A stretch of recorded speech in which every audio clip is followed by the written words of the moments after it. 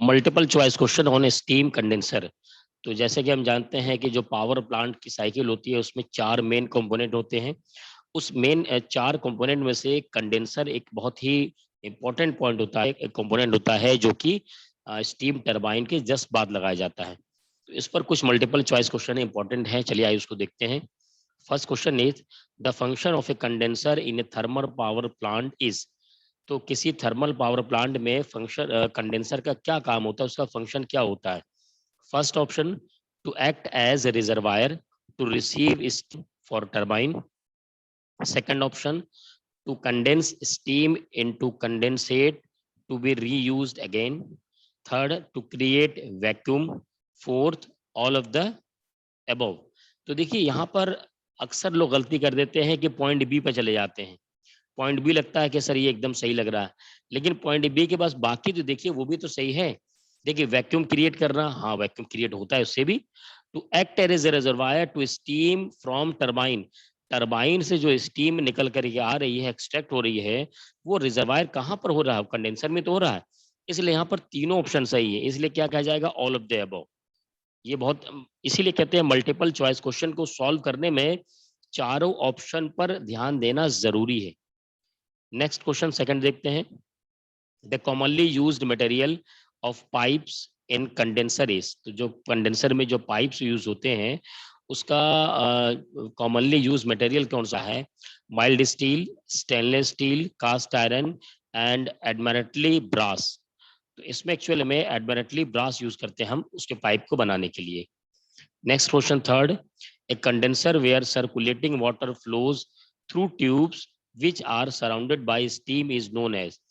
तो ऐसा कंडेंसर जिसके ट्यूब के अंदर क्या है कि वाटर सर्कुलेट हो रहा है और उसके सराउंडिंग में वहां पर स्टीम है, तो ये किस टाइप का होगा, surface condenser, jet condenser, barometric condenser. Fourth one is evaporative condenser. तो हम जानते हैं कि जो सरफेस कंडेंसर होता है वाटर ट्यूब के अंदर फ्लो होता है, इसलिए option A is the right answer. तो यहाँ पर हमने तीन क्वेश्चन देख लिए। आइए क्वेश्चन नंबर फोर्थ की तरफ आगे बढ़ते हैं और देखते हैं आगे इसमें फोर्थ, फिफ्थ एंड सिक्स एक साथ देखते हैं। So question number fourth, the vacuum obtainable in a condenser is depend upon. तो कंडेंसर से जो वैक्यूम क्रिएट होता है वो किस पर डिपेंड करता है। Capacity of ejector, quantity of steam to be handled, any of about two is possible, यानी ऊपर से दोनों में से किसी पॉसिबल हो सकता है। And fourth one is temperature of cooling water. तो सही मायने में जो कूलिंग वाटर होता है, जैसे कि अगर मैं पावर प्लांट की बात करूं, मान लीजिए ये टरबाइन है, टरबाइन से जो गैस स्टीम निकल करके आया वो कंडेंसर में आया। तो कंडेंसर से यहाँ पर तो क्या होता है, स्टीम होता है, लेकिन यहाँ पर क्या होता है, ये कंडेंस होकर के वाटर हो जाता है। इसको हीट एक्सट्रैक्ट कैसे किया गया, with the help of cooling water. इसमें एक ठंडा वाटर अंदर गया और फिर वही क्या हुआ, उसने स्टीम से हीट गेन किया और वो बाहर आ गया। तो यहाँ पर क्या करता है, वो डिपेंड किस पे करता है, टेम्परेचर ऑफ कूलिंग। इस कूलिंग वाटर के टेम्परेचर पे ही ये डिपेंड करता है। Question number five, the ratio of actual vacuum to the ideal vacuum in a condenser is called. तो एक्चुअल वैक्यूम और आइडियल वैक्यूम का जो रेशियो तो क्या कहते हैं, condenser efficiency, vacuum efficiency, boiler efficiency and fourth one is nozzle efficiency. तो इसे कहते हैं हम लोग वैक्यूम एफिशिएंसी।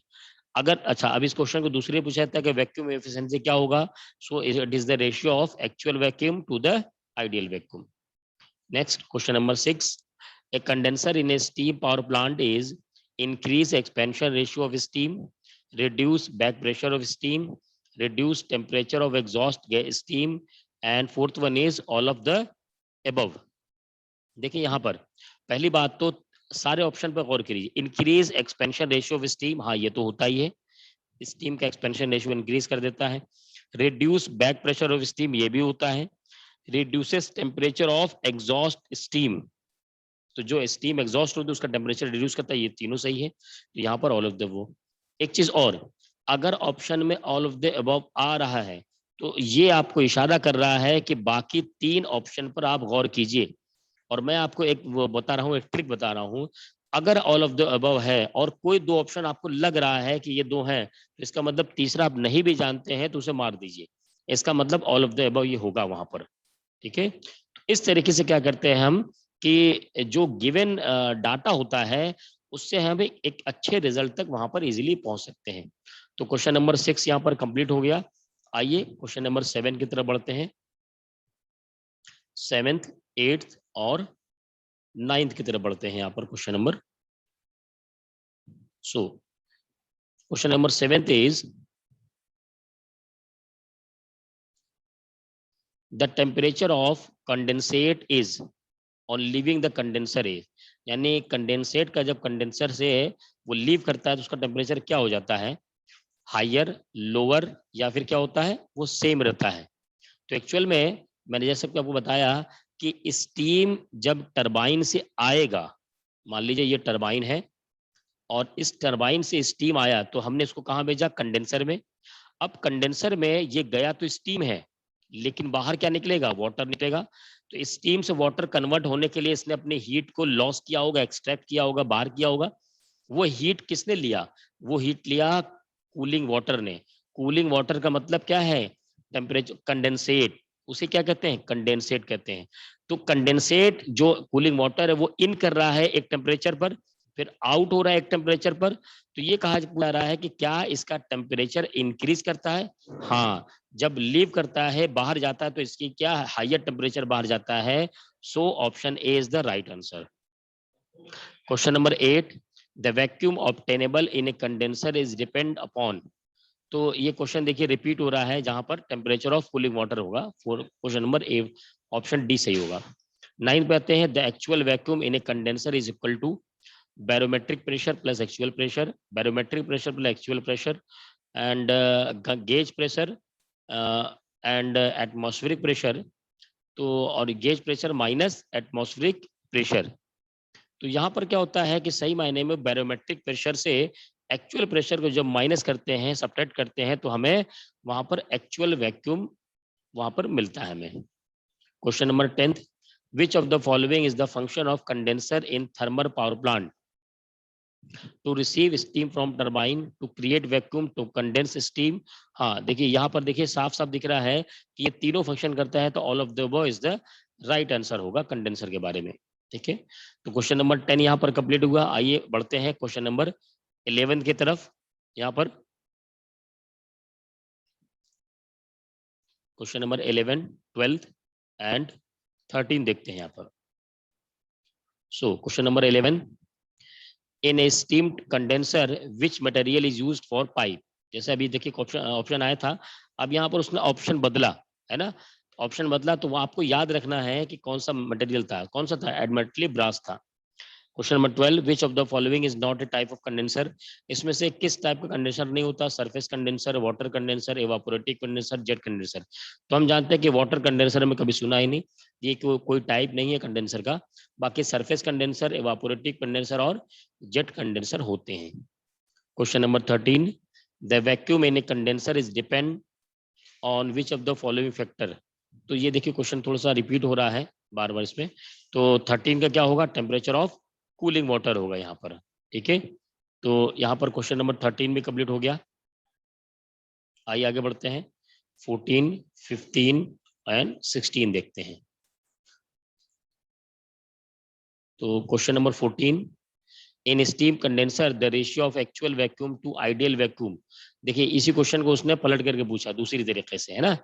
तो यहाँ पर क्या होगा, जो यहाँ पर होगा वो क्या था, वैक्यूम एफिशिएंसी कहते हैं उसे। अब देखिए यहाँ पर क्या है, ये 3-4 क्वेश्चन जो है रिपीट हुए हैं। इस तरीके से जो है हमने कई सारे क्वेश्चन किए जो इंपॉर्टेंट क्वेश्चन थे। नेक्स्ट वीडियो लेक्चर में मैं इसमें आपको और अच्छे लेकर के आऊंगा। इसमें अच्छा कुछ और क्वेश्चन आगे हैं वो देख लेते हैं। ये 15, 16 और 17 क्या है, 16 तो रिपीट है। आइए क्वेश्चन नंबर 17 पे आगे बढ़ते हैं और क्वेश्चन नंबर 17 को देखते हैं आगे, और अच्छे क्वेश्चन इसमें है। सो 17, 18, 19, 20 देखते हैं। So vacuum pressure is also called as, vacuum pressure को और क्या कहते हैं, gauge pressure, absolute pressure, sub atmospheric pressure, and fourth one is high altitude pressure, तो सही मायने में उसको कहते हैं सब एटॉमिक प्रेशर कहते हैं। एक इंपॉर्टेंट क्वेश्चन है ये, बहुत बहुत ध्यान से इसको समझने की जरूरत है। Question number 18, steam condenser use to convert the steam into water. तो क्या स्टीम कंडेंसर यूज किया जाता है किसको, स्टीम को वाटर में कन्वर्ट करने लगे, हाँ सही है एकदम। Next, jet condenser is use for high capacity power plant. क्या जेट कंडेंसर हम वहां यूज करते हैं जहां हाई कैपेसिटी पावर प्लांट होता है, नहीं ऐसा नहीं है, तो ये फॉल्स है। 20, for high capacity of power plant which of the following condenser use. देखिए ये क्वेश्चन दो बार से पूछा जा सकता है ना, दो तरीके से, जैसे 19 और 20 है, तो ये दोनों का कॉन्सेप्ट एक है, लेकिन क्वेश्चन का पैटर्न एकदम पूरी तरीके से अलग है ना। तो 20 जिसको क्वेश्चन नंबर 20 आएगा वो 19 भी सॉल्व कर सकता है ना। क्या कह रहा है कि इनमें से कौन सा जो कंडेंसर है जो कि high capacity of power plant में यूज होता है, तो सही मायने में सरफेस कंडेंसर यूज होता है। तो अगर आपको ये याद है कि सरफेस कंडेंसर, इसका मतलब आप 19 क्वेश्चन में उसको सीधे सीधे फॉल्स कर देंगे क्योंकि वो जेट कंडेंसर की बात कर रहा था। तो इस तरीके से हमने जो है अबाउट 20 क्वेश्चन बहुत अच्छे सॉल्व किए। नेक्स्ट वीडियो लेक्चर पर हम और क्वेश्चन इस पर लेकर के आएंगे।